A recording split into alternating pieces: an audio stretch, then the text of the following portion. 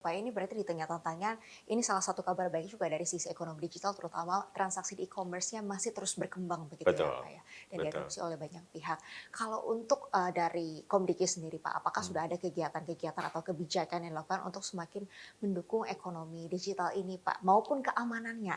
Karena ini kan semakin iya penetrasi dalam, keamanan iya, juga menjadi perhatian Pak. Mhm, betul. Nah, mhm, Mercy, tahun ini kita juga sudah mencanangkan satu strategi jangka, panjang dari Komdiki ya, mhm, dengan tagline yang kita sebut, "Terhubung, Tumbuh, dan Terjaga". mhm, Nah, ini juga kita terjemahkan, kita turunkan menjadi program setiap tahun gitu. mhm, Nah, untuk tahun ini tetap dengan perspektif terhubung, tumbuh, terjaga itu mhm, kita coba kuatkan di sisi mhm, terhubungnya. mmm, Sisi oke, terhubung ini berarti kita bicara soal konektivitas ini Mercy ya. mhm, Kita bicara soal konektivitas. Nah, saat ini dengan sejumlah moda jaringan telekomunikasi yang kita bangun, antara lain misalnya memperkuat jaringan BTS 4G kita, ya, saat ini sudah mencakup 97% mhm, dari wilayah yang dihuni di mmm, Indonesia.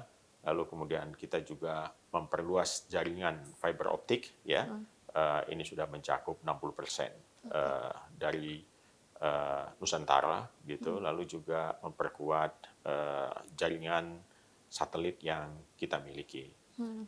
Ini semua untuk mendukung bagaimana konektivitas itu bisa menjangkau daerah yang jauh ya, Mmm, yang ada daerah 3T dan juga mampu mengcover daerah-daerah yang memang membutuhkan konektivitas yang intens, terutama di tempat-tempat di mana kegiatan ekonominya tinggi gitu ya, mhm, kita coba tingkatkan kualitas layanan oke, yang ada di sana.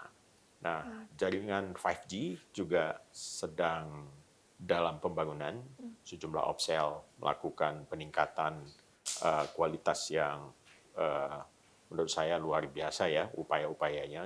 Jadi mhm, sekarang mungkin penetrasinya sekitar 10 sampai 11% 10 sampai 11%, dari total oke, jaringan yang ada, dan kita harapkan dengan 3 operator seluler yang mhm, sedang sangat dinamis gitu ya mhm, untuk terus meningkatkan kualitas layanan mereka, mhm. kita harapkan angkanya bisa lebih tinggi lagi. Dari Komdigi sendiri kan salah satunya juga melakukan lelang frekuensi, Pak. Betul, Di tahun ini ada betul. 700, megahertz dan Ya, juga 2,6 gigahertz, Pak. iya, Sebenarnya betul. apakah ini salah satunya juga untuk mendukung konektivitas tersebut agar semakin terhubung, Pak? Betul, Mhm, betul. mhm, 700 ini 700 megahertz itu untuk memperluas mhm, cakupan ya, dan mhm, layanan kita karena spektrumnya dia cukup luas. mhm, Lalu juga yang 2,6 gigahertz itu mhm, kita lelang dan rangka memperkuat layanan mhm, broadband yang kita punya untuk mhm, memberikan kecepatan yang lebih mhm, baik gitu mhm. untuk para pengguna yang memakai spektrum 2,6 GHz ini. Heeh. Terkait dengan lelang ini juga apakah yang nanti dirasakan masyarakat akan, jaringan internet atau datanya akan jadi lebih cepat, Pak? Atau akan semakin luas cakupannya ini nanti seperti apa, Pak? Ya, dua-duanya mungkin akan Mhm, dirasakan ada peningkatan, mhm, yaitu mhm, meluasnya cakupan dan juga kecepatan internet kita. mhm, Dan Komdigi dalam hal ini terus berkolaborasi dengan mhm, stakeholder di industri, mhm, terutama di industri telekomunikasi pastinya, mhm, untuk meningkatkan kualitas layanan.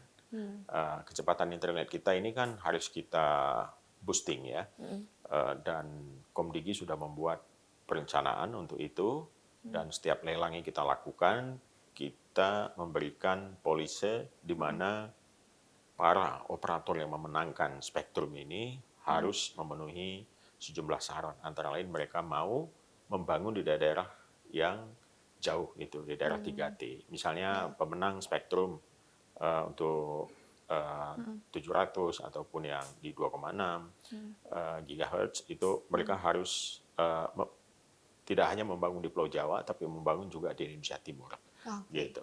Nah, jadi dikombinasikan kalau menang di Jawa pasti harus membangun di Papua, menang di misalnya mhm, daerah yang lain gitu harus membangun di Sumatera misalnya gitu. mhm, Jadi sudah dibagi demikian, sehingga ada kewajiban ya, dan juga ada tanggung jawab. Ini bagian dari share responsibility dalam mempercepat akses dan memperbaiki kualitas layanan untuk seluruh masyarakat Indonesia.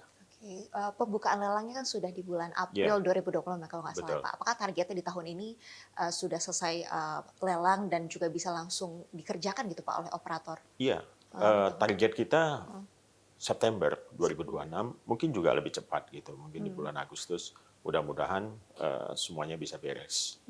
Setelah semakin banyak masyarakat yang terhubung dengan akses digital dan juga internet, Pak, kan harapannya tumbuh signifikan begitu Betul, ya. Dari sisi tadi betul, Bapak katakan betul, e-commerce, transaksi digital yang juga betul, mendorong pertumbuhan ekonomi Indonesia betul, gitu ya Pak harapannya. betul.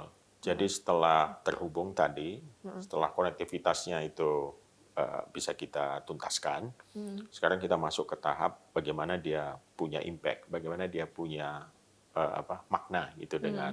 dengan adanya konektivitas yang baik ini. Kita Hmm. menyebutnya sebagai meaningful connectivity Hmm. gitu. Jadi konektivitas yang bermakna lah. Hmm. Dengan demikian dia bisa dimanfaatkan Hmm. oleh ekosistem yang ada gitu. Hmm. Dan termasuk di sini ekosistem industri yang memanfaatkan jaringan telekomunikasi untuk aktivitas ekonomi, Hmm. untuk aktivitas sosial dan lain Hmm. sebagainya macamnya. Nah, Hmm. di sini kita mencoba memperkuat ekosistem. Hmm. Ekosistem.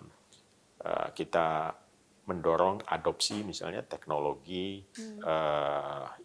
yang berbasiskan jaringan telekomunikasi tadi ini ya, Oke. misalnya adopsi teknologi artificial intelligence misalnya Oke. AI, lalu juga bagaimana IoT segala Hmm. macam itu bisa dipakai untuk memudahkan dan mengoptimalisasi Hmm. proses bisnis di sejumlah sektor. Hmm. Jadi kita sifatnya di sini betul-betul menjadi enabler Hmm. untuk pertumbuhan ekonomi digital yang ada.